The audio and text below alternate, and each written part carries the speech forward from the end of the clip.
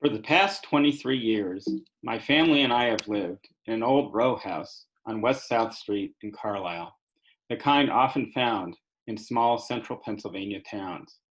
It's made of brick, covered in layers of white paint, and attached on only one side to the row. It's what's known as a two-thirds Georgian, with a front-facing gable, a metal roof, and no front yard, typical of federal-style houses built in Pennsylvania during the 19th century. When we bought it from a family of a well-respected law professor who had decided to go into a side business of flipping houses, we were young parents with an infant daughter and a 5-year-old son. On the day that we closed, we discovered a typed history of our house left for us on the kitchen counter, written by the dean of local historians, former Dickinson College professor Milton Flower. In the document, he stated authoritatively that the house was built between 1804 and 1840. Chapter 2, Milton Flower. On Tuesday, September 5th, 1972, a young woman began her first day of work in the musty offices of the Cumberland County Historical Society. Beneath oil portraits of white men with rosy cheeks, wearing frocks and military uniforms from the late 18th and early 19th century, she began her very first tasks at her newly appointed desk, filing membership forms and writing a press release about the upcoming Halloween fundraiser.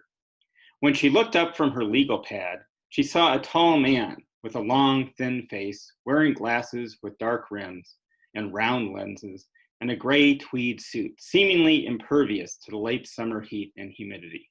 In his hand, he gripped the handle of a 2-foot-tall, antique sterling silver urn. "Oh, excuse me, sir, but you need to sign out any items from our facility," the new administrative assistant said as she stood from her desk chair. "Do you have permission to borrow that urn from the executive director or the board?" The man paused with the door half open and snapped his head around like a sidewinder might before attacking an unsuspecting chipmunk.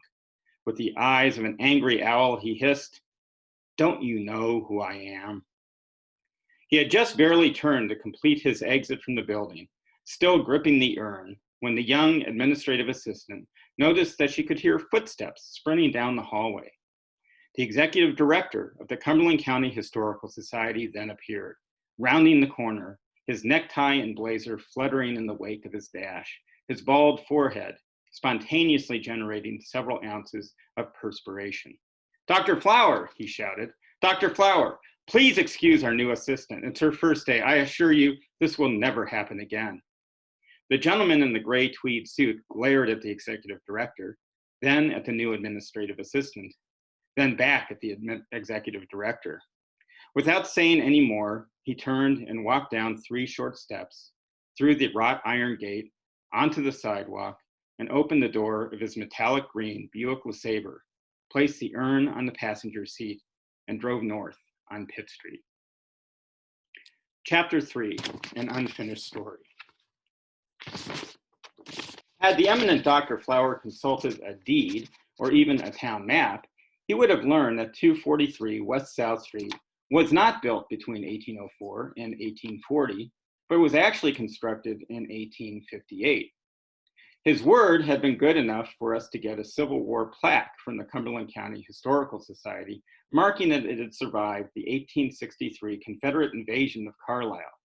When we received the plaque in the mail, I screwed it into the brick beside our front door. Fortunately, when we discovered the correct date of the house's construction, we could leave the plaque in place in good conscience.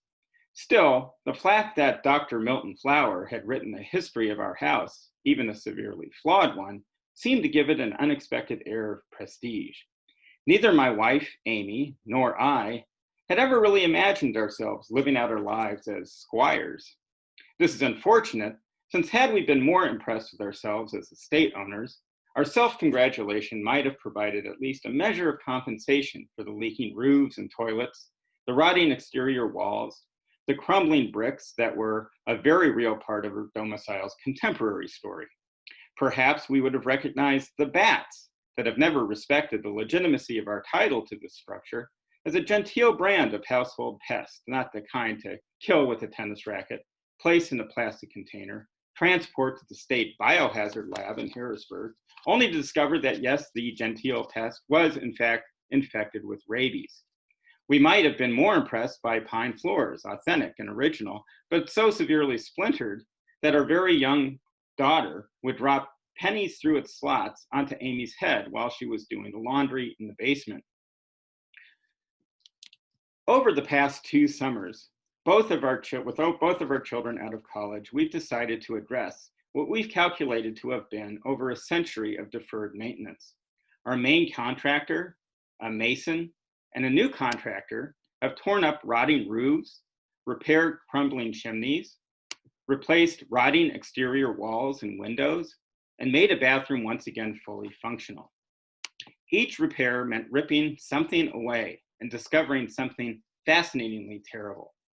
Beneath our metallic roof were wooden shingles from the 19th century, turned to black, thus by dry rot.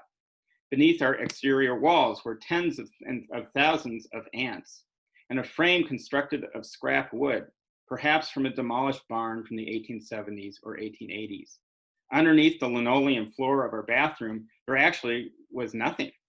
"I just can't believe you never fell through into your kitchen," said our new contractor.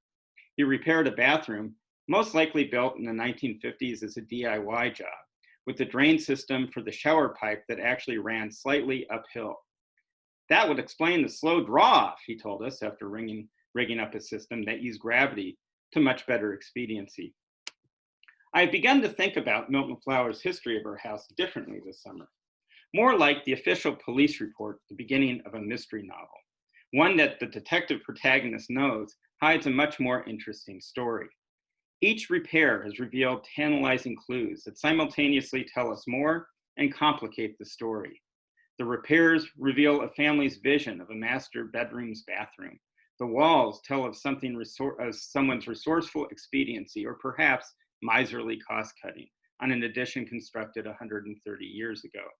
The deteriorating back chimney, today disconnected from any visible hearth, reveals what was likely the original shape of our house. Who made the vintage bricks that our mason gathered to repair our crumbling retaining wall in our garden? Who lived in this house over the 140-year time span before we occupied it? Once, when our daughter was 15, I heard her talking to a friend outside. She said, "I basically lived in this house my whole life." This house contains lives, deaths, heartaches, sorrows, triumphs, and daily grinds of the people who have lived here before us and those who will live here after.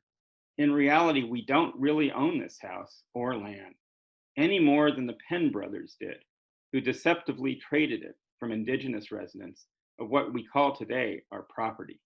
People who were sickened from pandemics, starving, and in no position to bargain with the inheritors of a British proprietary colony.